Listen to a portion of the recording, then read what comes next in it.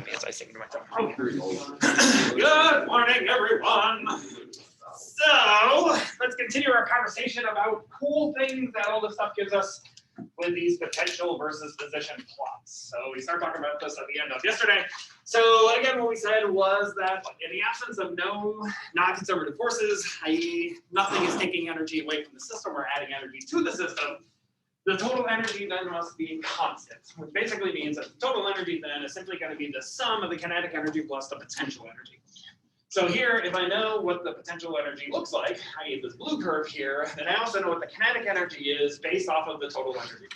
So if my system has, say in this case, the red as my total energy, then at any point along here, what that means that if I was looking at this point, if this is my potential energy, then the rest of this energy must be taken up by kinetic energy. So again, if my particle started out here and was moving inward, that means that in this case, my kinetic energy is decreasing as this thing matures to this point, and then increases all the way down to here, and again decreases all the way backwards, up to 0 at this point. So this point here would be called our turning point, because here the kinetic energy is going to go to 0, so the total energy must be equal to totally the potential energy. So at this stage, the particle would ride up, reach 0 kinetic energy, momentarily stop, and then go back down in a different direction in which it came from. A good example of this to kind of think about is if you think about a slide. So your slide is your potential energy curve, right? That's telling you what your potential energy is. And if I took a ball and I tried to roll it up the slide, and I don't give it enough energy to make it over the slide, what it's going to do is it's going to go all the way up, eventually stop, because the kinetic energy is going to go to 0, reaches the total amount of energy of which I gave it, turn around, and then come back down the slide. Kind of the best mental picture I can kind of give you. So, but again, these locations of turning points and what this thing is going to do is going to be totally dependent on the total energy at which I give my object. So if instead I gave this object the purple amount of energy, if my particle starts out here, it's going to move in, only reach this turning point here, and then go back out in this direction. What if it started in this region? It's simply going to harmonically oscillate back and forth between these two different turning points. And the reason for that, again, is that our force is equal to minus the derivative of the potential with respect to position, where the minus sign just means the direction. So again, the derivative simply means the slope of the tangent line. So over here, this thing has a negative slope of the tangent line, which means the force is in the positive x direction. So on this side, my force is pointing this direction. But on this side, I have a positive slope, which means my force must be negative, which means it's going to point in the negative direction. So as my particle is here, it's going to feel a force in the direction in which it's moving, so it's going to accelerate. But as it goes this side, the force will then become negative, meaning it has a negative acceleration, slow down, stop, and then the acceleration will be in the same direction which it's moving, so it'll harmonically oscillate back and forth. Okay? So these are some of the cool things it tells us. The other things this will tell us as well are what are known as equilibrium positions. So pretty much all of these different locations, this point, this point, this point, this point, this point, this point, and whatever other points I have, are what are known as equilibrium positions. So what's an equilibrium position? An equilibrium position is when the force is exactly equal to 0. This thing feels 0 force at these particular points. So, since the force, though, is related to the derivative of potential, what that means then is that the derivative of the potential is also equal to 0, which means that at all of these different points, the slope of the tangent line is simply equal to 0. These are what we call equilibrium positions. So an equilibrium position is where it experiences no force. So what does that mean? So that means if I took my particle and I put it here with 0 initial amount of kinetic energy, so that all the energy was simply equal to potential energy, this particle would hypothetically stay here forever. But that's not true about all of these different positions. Because at this position, if I simply blew on my particle, or if I looked at it funny, it's going to move away from this equilibrium position and go someplace else. So this type of equilibrium position that we have here is what's known as an unstable equilibrium position, which basically means if I put my particle there, it will technically stay there forever, unless something happens to it. In that case, it's going to roll away from that equilibrium position and never go back. So a good way to kind of think about that is you take a bowl, flip that bowl upside down, put a ball on top of the bowl, and watch what it does. That bowl is going to roll away from the top of the bowl. As opposed to positions like this one, or this one, these are what are known as stable equilibrium positions. Which means if I put my particle here with 0 amount of kinetic energy, But then if I move it in one direction, it's going to go back to that equilibrium position. So that's what's called a stable equilibrium position. So a stable equilibrium always causes the particle to go back to that equilibrium position. So again, in this case, instead of having the bowl this way, flip it the way it's supposed to be, put the ball on the inside and let it go, it's just going to oscillate back and forth around that stable equilibrium position. So if both of these equilibrium positions are defined that the net force is equal to 0, i.e. the first derivative is equal to 0, how do I distinguish a stable equilibrium versus an unstable equilibrium? So those of you who had Calc 1 before, how do you do that? What must be true? So in this case, I'm looking at the concavity. Okay? So what has to be true to determine the concavity of my function? Second derivative. So it's all based now off the second derivative. So in this case, we would then take the second derivative of potential, and then what? Well, we would evaluate it at the equilibrium position. So we say x at x equilibrium. And then what? What's the difference between a concave up versus concave down? That has to be true about the second derivative. Positive or negative? Positive or negative, okay? Which one's which? Positive is concave up, negative is concave. Good. So if here this guy is positive, this is then concave up, or what's known as a stable equilibrium. So if the second derivative of my function, such as this guy here, is positive, in this case then this would be a stable equilibrium. This is concave up. If, however, this is negative, then this would be concave down, which is unstable. The way I would determine if this is a stable versus unstable equilibrium is I would have to actually determine the second derivative of my function at that equilibrium position, evaluate it at that equilibrium position, and see if it's positive or negative. Positive, stable, negative is unstable. What happens if the derivative is equal, or the second derivative is equal to 0? What happens in that case?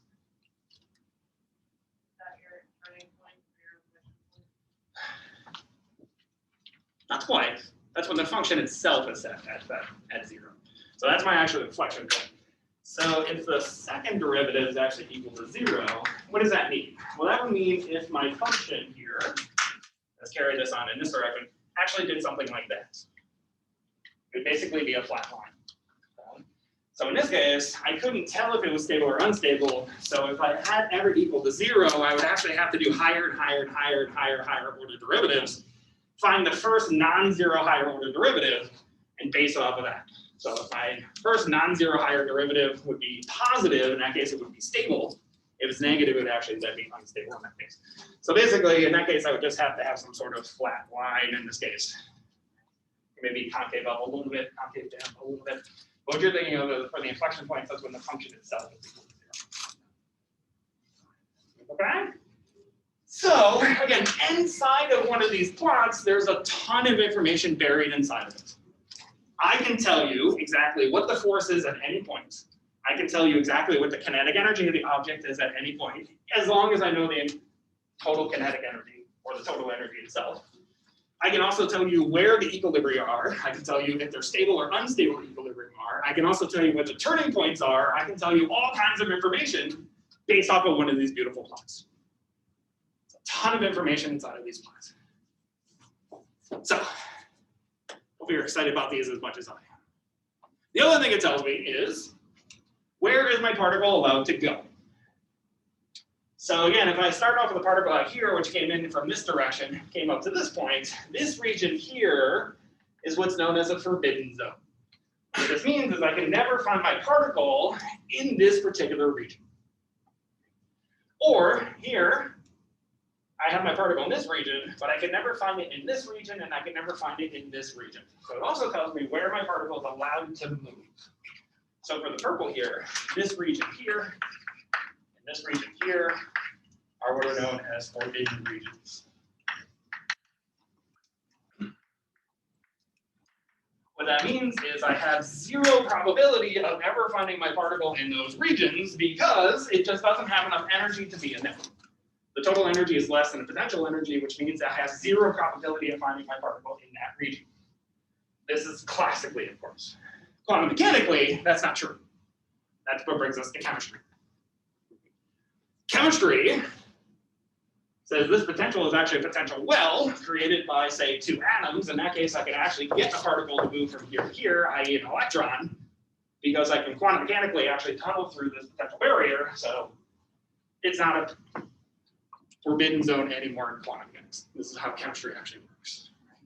But in classical picture, I mean, if I took my bowling ball here and I tried to roll it up the slide, it's only going to make it to this point and roll back out. I'm never going to find it on the other side of the slide, unless I give it enough energy to move it up to the red, in which that case I'll move it over the slide and I can find it over there. So this thing gives us a ton of information. Where am I going to find the particle, turning point, forces, equilibrium, etc. Which means for our exam coming up 1 week from this Monday, guess what you'll find on the exam? One of these. Maybe one of the long problems. So let's do a couple examples of this, and let's get used to how this thing actually works. So let's do an easy one, and then let's do a slightly harder one. What will be great. So the first one says previous plots, where most of the stuff is just going to be straight lines, so we don't have to worry about derivatives. And we'll do derivatives in the next problem. Let's say I give you this plot. So this is my potential versus position plot. What I'm going to tell you here is that this line here has potential energy, which is equal to UP. This line up here is UC. And then this line down here is UA. Where we're told in our problem that UA is 15 joules worth of energy. UB is equal to 35 joules worth of potential energy, and UC is equal to 45 joules worth of potential energy. So my plot looks something like this. So I'm going to go at UB until I make it to 2 meters. Then it's going to decrease all the way down to UA by the time it reaches 4 meters. Then it stays at UA until it reaches 5 meters. And it's going to increase very sharply all the way up to UC at 6 meters. And then it just stays at UC for a very long time.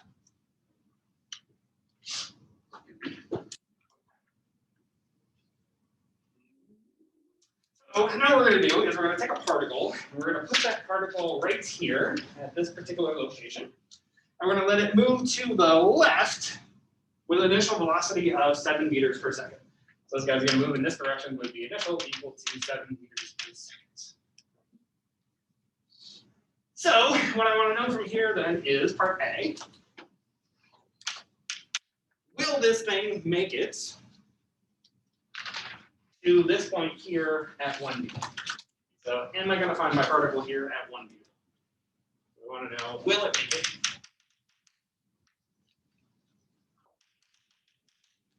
to 1 meter? If so, what velocity is it going to be moving? So I want to know what final velocity is it going to have at 1 meter. That's probably V1. If not, where's the turning point?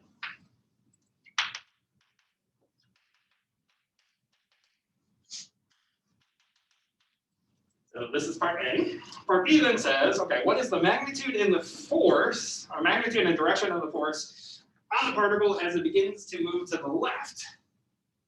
So in this case, we want to know what is the magnitude and direction of the force as this thing is moving initially to the left.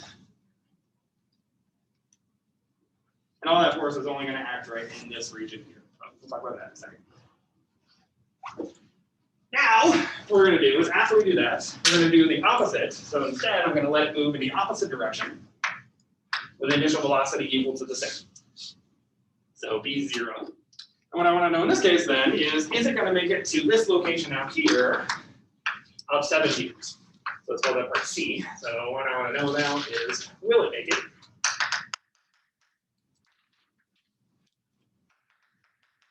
to equals 7 meters?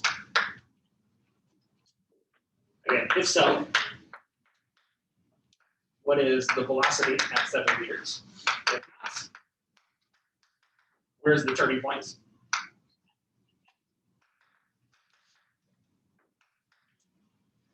And then again, we want to know is for part D, what is the magnitude and direction of the force as it's moving to the right?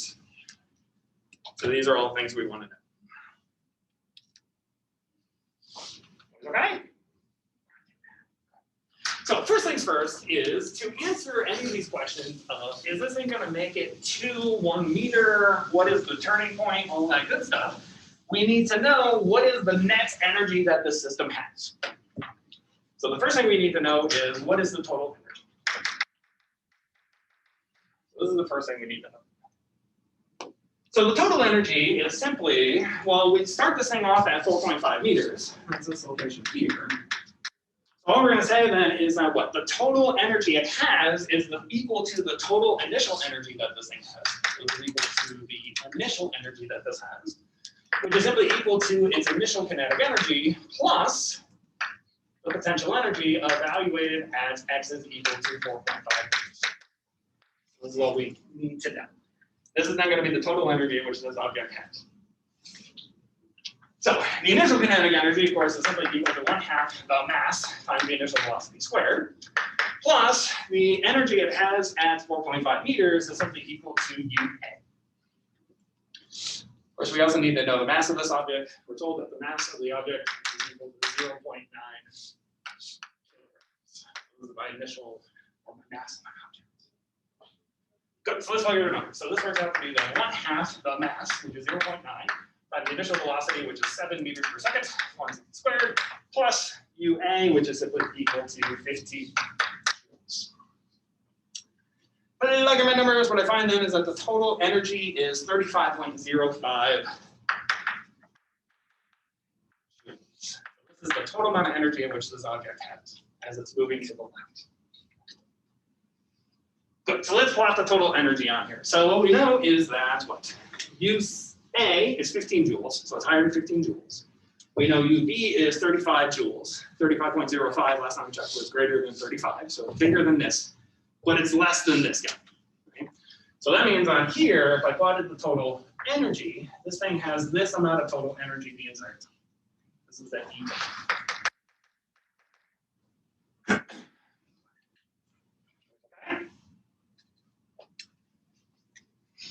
So from here, without doing any math, is this thing going to make it to 1 meter? Yes, right? Because we know at 1 meter, the total energy is simply equal to UB, but this thing has slightly more energy than UB, which means it has to make it to 1 meter. Because by the time it makes it to this point here, the rest now has the same potential energy, which means it has the same kinetic energy. It's just going to keep moving in this direction forever. Okay? So in this case, for part A, we automatically know that the answer is yes. So automatically we know that A, the answer is yes. We'll make it to equals 1 meter since E total is greater than UB. So since the total energy is greater than the potential energy at UB, it has to make it there. So next part of the question says, okay, so if we know it makes it there, how fast is it going?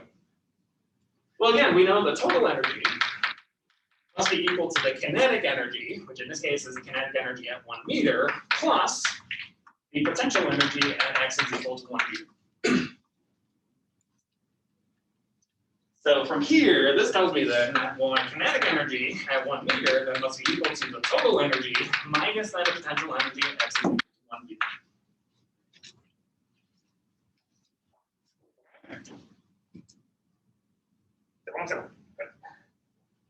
Well, kinetic energy we know is 1/2 the mass times the velocity it has at 1 meter squared.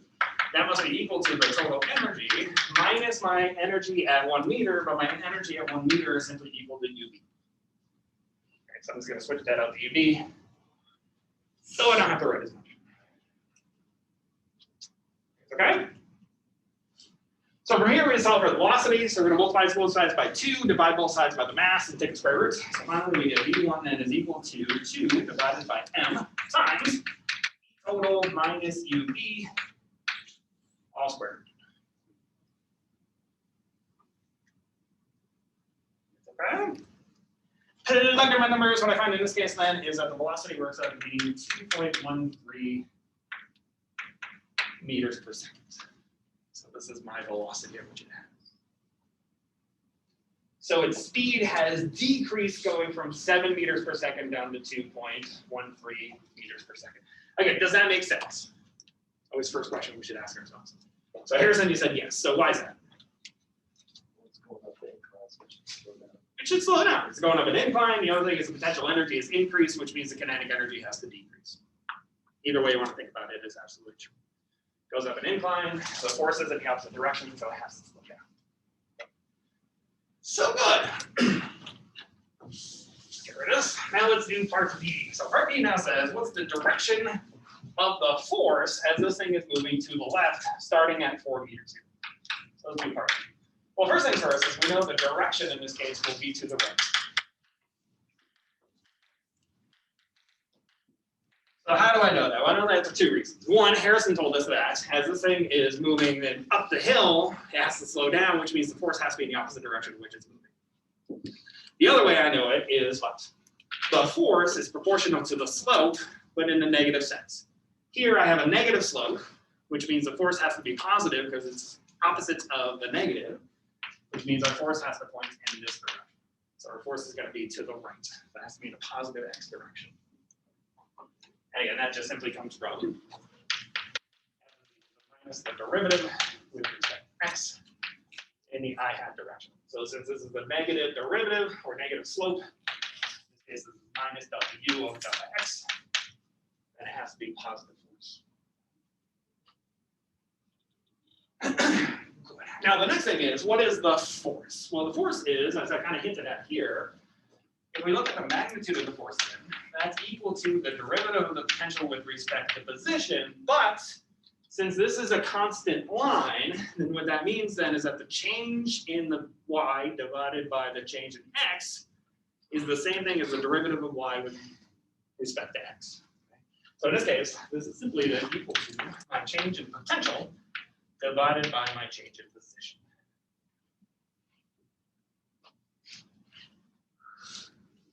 Okay? So what is this? Well, this is going to be my change in u, which is ub, minus my initial, which is ua, all divided by my change in position, which is simply equal to 4 minus 2 meters. 4 meters minus 2 meters.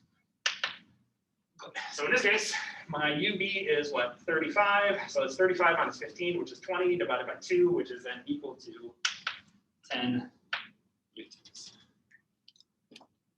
So here I'd say then my force is equal to negative 10 newtons in the positive 10 newtons in the I hat direction. So it points in the positive x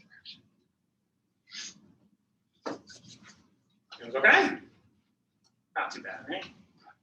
So now let's do it again. So now what's happening is my particle is moving to the right with exactly the same amount of speed at the same exact point, which means the total energy is exactly the same. Only difference is it's moving to the right instead of the left. So again, the total energy here is exactly the same, which means we can again automatically answer the question, is this thing going to make it out to 7 meters? So is my object going to make it all the way up here? Go. No. Jair, why not? Because you know already that it's going to reach that maximum over there. Exactly. So what I know is that, that's right, the total energy then stops here, which means it doesn't have enough energy to make it all the way up here. So it's not going to make it because the potential energy here is greater than the total amount of energy. Exactly. So let's state that. So for part C, back up here, we know that the answer is no. It will not make it. So no. Make it. Since UC is greater than the total energy. So it's going to stop at some point. It's okay? So the next thing we need to know then is, okay, so where does it stop? So this is what we want to know. So it doesn't make it, we want to know what is the location of the turning point. Let's do all that. to determine the location of the turning point, what we know then is that the total energy must be equal then to the potential energy at the location of the turning point. This has to be true. So the question then is, how are we going to find that location? Well, to do that, here it's going to be a little bit awkward because we're going to have to parameterize everything that's going here. Right? So let's write anywhere along this section here, the potential energy. So let's rewrite X. So what do we know? We know initially our potential starts off at UA. So this is my initial potential. And then what we know is that this section here doesn't start off until 5 meters. We also know that this section here has a slope, which is simply equal to the change of potential divided by the change of position. So from here, we can then say that this is plus the change of potential divided by the change of position times x minus 5 meters. Are you okay with this? So this is just the equation of a line. Right? This is mx plus b. This is my b, this is where it originally starts off from. This is my m, this is just the slope of the line. This is my x portion, just modified with the minus 5 because that's where that starts. Okay with this? Good. So let's do that. And then finally, this is the same thing as what? UA plus U then is going to be equal to what? UC minus UA all divided by 1 meter, because all this happens between 5 and 6 meters, times then x minus 5. So this is my reparameterization of my potential. So again, we know we can find the turning points by setting this entire thing simply equal to the total energy, and then here we're just going to simply sub out x here with x turning point. We'll find the turning point that way. So let's go ahead and do that. So let me write that over here.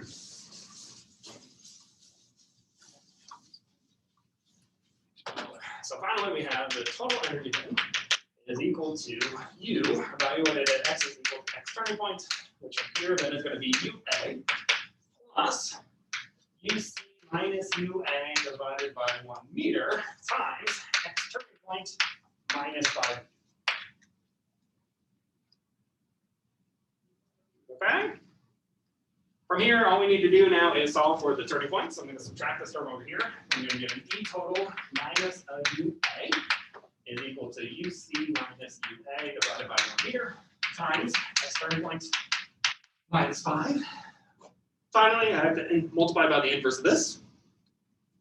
So let's do that. So this then becomes 1 meter divided by UC minus UA all times E total minus UA is then equal to x turning point minus 5 meters.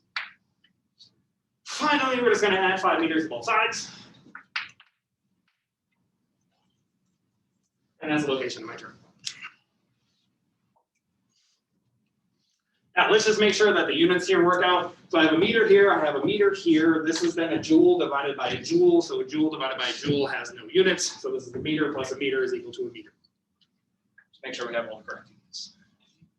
That's good. Plug in my values. What I find in this case then is that this occurs at 5.735 meters. So this is the location of my turning point. So this thing is going to make it to this location here, or this location here is 5.735 meters. That's where this occurs. It's okay? In this case, for part D then says, what is the magnitude and direction of the force? Well, again, what do we know? We know the magnitude of the force is equal to the change in potential divided by the change in position. So in this case, this is simply going to be equal to UC minus UA divided by 1 meter again. So this is going to be, UC was 45. Okay. And then the other one was 15. So that's 30. So this should be 30 newtons. What's the direction? Well, the direction here, again, is this is a positive slope, which means we take negative of that, which means that the force on this side must be in this direction, which means the total force then is negative 30 newtons in the I-hat direction.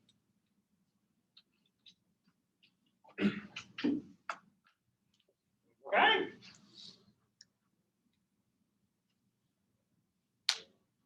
Not too bad. Let's do another one. So the next one says, here I'm going to give you a potential as a function of position. So let's say that I give you that your potential as a function of position is equal to the following: 3x cubed minus 2, 6x squared. So this is your potential as a function of position, where this thing then has units of joules, and these guys are in units of meters. So part A, what I want you to do then is plot this potential from x minus 1 to x equals to 3 meters, just to see what this thing actually looks like. So that's part A. Part B then is where are the equilibrium positions.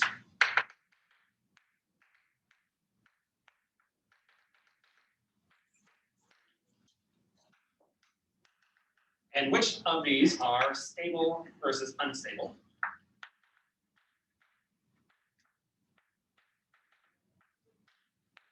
So that's the second part of that question. Part C then says, if our particle starts off at, so let's say we have a particle whose mass is equal to 0.5 kilograms, and starts off at x is equal to 0, moving to the right, with an initial velocity v0 equal to 5 meters per second, will the particle make it to x is equal to infinity meters? So is this thing going to make it all the way out to infinity going along the x direction? If so, what's the velocity? If not, where's that turning point located? Finally, if it has a turning point, what is the force that this thing feels at the turning point? So these are all the things I want to know.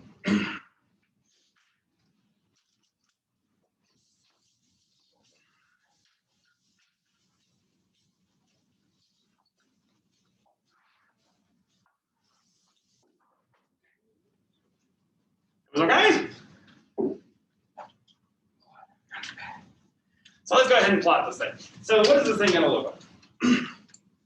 So let's plot our potential versus position. So x versus q.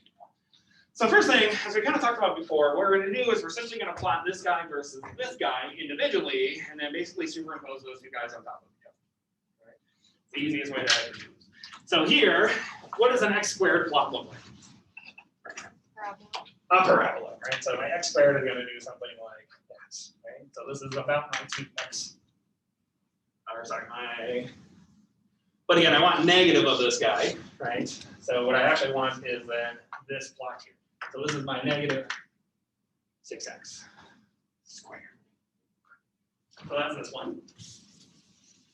So let me get rid of that one because we want negative of that. Good. And then what does a x cubed plot look like? Good. So it goes like that and then like that, right? So this one is not quite as sharply deep. It's going to do basically something like this. Does something like that, right? So this is going to be my 2x cubed. So now what's going to happen is I'm simply going to superimpose these two guys on top of each other. So my total plot is going to look something like this. So I'm going to have a negative on this side. So then I'm going to go through 0 here, because this goes through 0. Now on this line, what's going to happen is this term is going to dominate over this one because the coefficient is bigger, right? Which means initially it's going to follow the negative x squared one, but then as it gets much bigger, the x cubed is going to take over, which means this thing is going to end up doing something like this. So this is my total plot. Let me redraw that over here. So you can see what the total thing looks like. So this is x, this is u. I'm going to do again something like this. So this is my potential.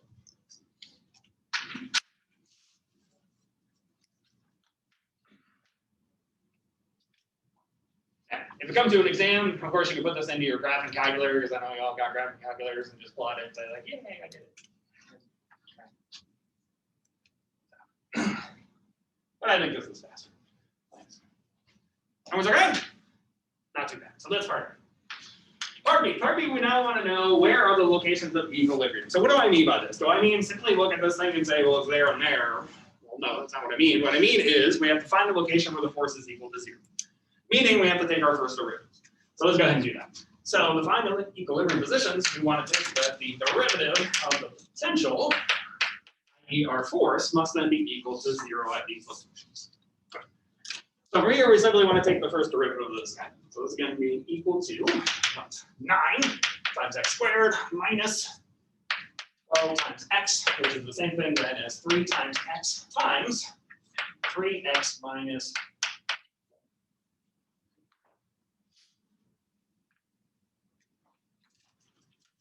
Okay?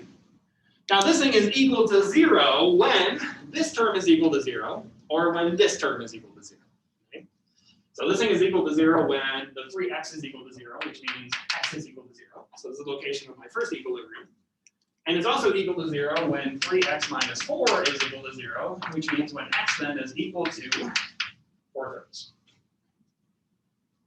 So my equilibrium positions then are 0 meters and 4/3 or 1.333333 meters. So these are the locations of my equilibrium. Now, the next part of the question says, well, which one is stable and which one is unstable? So again, what we mean is mathematically determine which ones are stable and which ones are unstable, which means we have to do what? Take the second derivative, evaluate it at those two equilibrium positions. So let's go ahead and do that. So the answer, which one is which, we're going to take a second derivative of our potential. Let's go ahead and do that. So we already took the first derivative, let's take the second derivative of that. So that becomes 18 times x minus 12. So this is my second derivative. To know which ones of these are stable versus unstable, we're simply going to take this guy and evaluate each one of those two different equilibrium positions. And take a second derivative and evaluate it at x is equal to 0. If I do that, this then becomes 18 times 0 minus 12. Well, what's 18 times 0? 0 minus 12, which is minus 12. So this thing is what? 12, which is less than 0. So if it's less than 0, is that stable or unstable? Unstable. Good. So this one is my unstable equilibrium. Let's do the same thing for the other one. So now I get this guy evaluated x is equal to 4/3. So this then becomes 18 times 4/3 minus 12. If I do that, what I find is that this thing actually becomes positive 12. And since it's a positive, this is now a stable equilibrium. So what that tells me then is that my two equilibrium are x is equal to 0 and x is equal to 4/3 meters. This one is my unstable, this one is my stable. My unstable equilibrium. This one is my stable. It's okay? So finally, part C then says that we have a particle now of mass 0.5 meters. So here's my particle at this location. So this is mass equal to 0.5 meters, or sorry, kilograms. But it's moving to the right. The initial velocity equal to 5 meters per second. What we want to know then is, will this object go all the way up to x is equal to infinity? So this is what I want to know. To answer that, again, we need to know what is the total energy of this particle.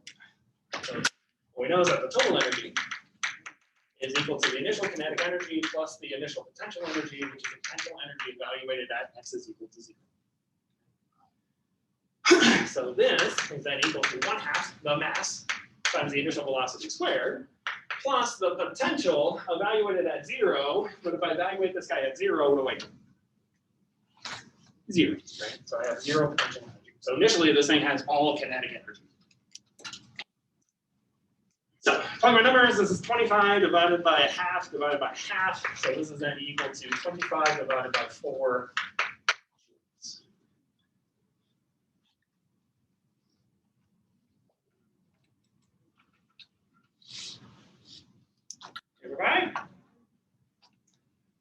So my question then is this particle, which is moving with 25¼ joules, which is like 6.25 joules worth of energy, gonna make it all the way out to x is equal to infinity? Well, what is, good, Kevin, the answer is no. Why? Because it's impossible. It's impossible. There's not enough energy to make it, like there's not enough. Exactly, so what is the total energy at infinity? It's infinity. Yeah. Right?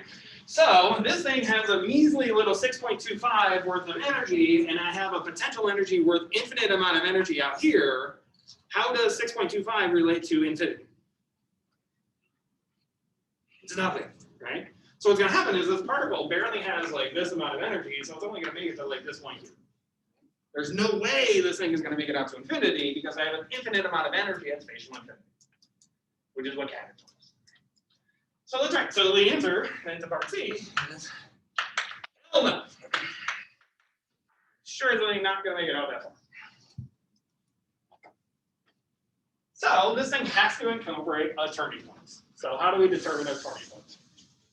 Well, again, to find our turning point, we simply have to set the total energy equal to the potential energy. So to find a turning point, we have to have the total energy then is equal to the potential energy evaluated at the turning point location. So my total energy here, which is my kinetic energy, must then be equal to, what was it, 2x cubed evaluated at the turning point minus 6x squared evaluated at the turning point. Since this is a cubed root, this is actually somewhat hard. You can't really calculate this guy by hand, but you can use your calculator to find what that location is. But if you do that, what you find is that the location of the turning point turns out to be about 2.37 joules.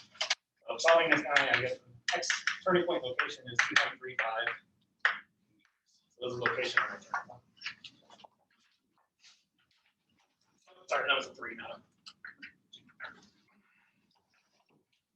Okay. Not too bad, right? So finally, we want to know what's the force. Well, the force at the turning point is equal to minus the derivative of the potential evaluated at x is equal to the turning point. We already know the derivative of the potential from over here, so this is equal then to minus 9 times the turning point squared minus 12 times the turning points. This is all in the I hat direction.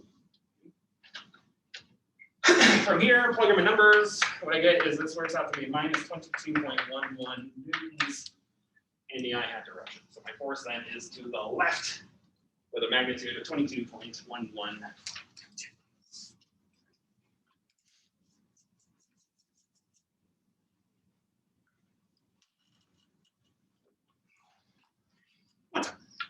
For the top part on the left, did you just set the So I just use this total? value here. Oh, set equal. Okay. Yeah. So this is then E total then would be the 25 divided by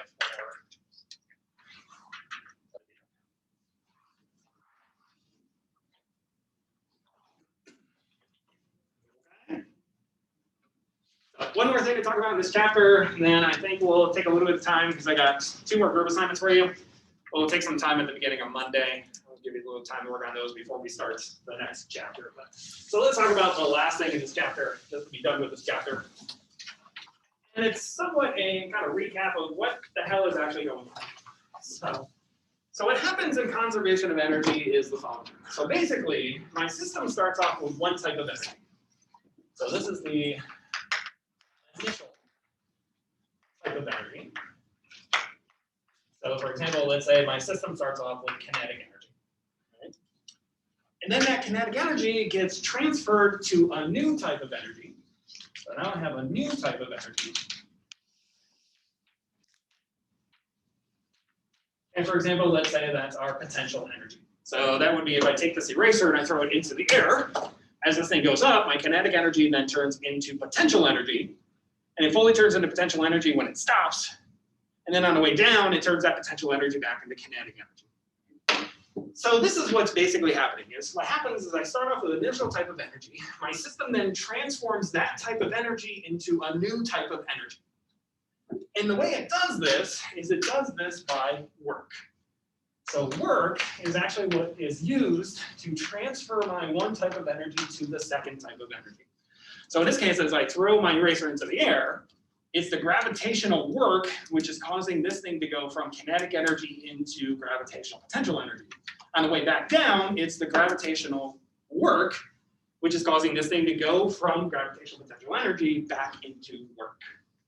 Or sorry, back into kinetic energy in this case. So this works both ways. So here I'm going to take my initial type, put it into my final type, but simultaneously if I go back in the opposite direction, again it is work which causes this to go from one type of energy to another type of energy. So power then, when we talked about power last semester, so what is power then? So power then is actually the rate at which work is being done to convert one type of energy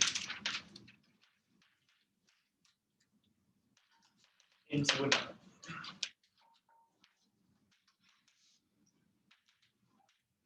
What power actually is. So the power actually is the rate at which the work is being done to turn my system from one type of energy into a new type of energy. So what this actually means then is that power is equal to the rate of change of energy, where that rate of change of energy, of course, is the same thing as the work. So this thing has exactly the same definition as before. This is then equal to the force divided by the velocity. So this is my power. Well, this is actually what's really going on. So anytime I have conservation of energy, one thing is being changed from one type of energy into another type of energy via the work. So work is what's converting it from one type to another type. Without that work, we would never be able to convert it from one type of energy to another type of energy. This is true for any type of conversions. For example, Niagara Falls, you have the water going over the falls, that then hits a turbine, which then turns, which then creates electrical energy. So it's the work, in this case, the gravitational work pulling the water down, which then hits, which then is another type of mechanical work, which has to do with torque, causing that turbine to move, which then creates an electrical type of energy. So here I have to use work to convert it from one type of energy to another type of energy. This is always going to be true. So this is our actual picture of what's happening. So we have one type of energy being converted into another type of energy via work. This is what's actually happening. So that's the end of this chapter. So I said Monday we'll start off, we'll do a couple of group exercises. We'll spend about 20 minutes in there. And then after that, we'll start the last chapter for the exam. We're going to start looking at momentum. So we're going to learn another conservation law in the next chapter. Something else that's considerable. So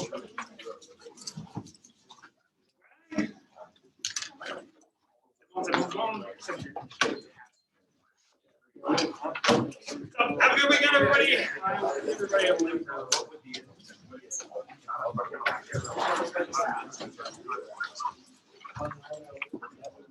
Yes.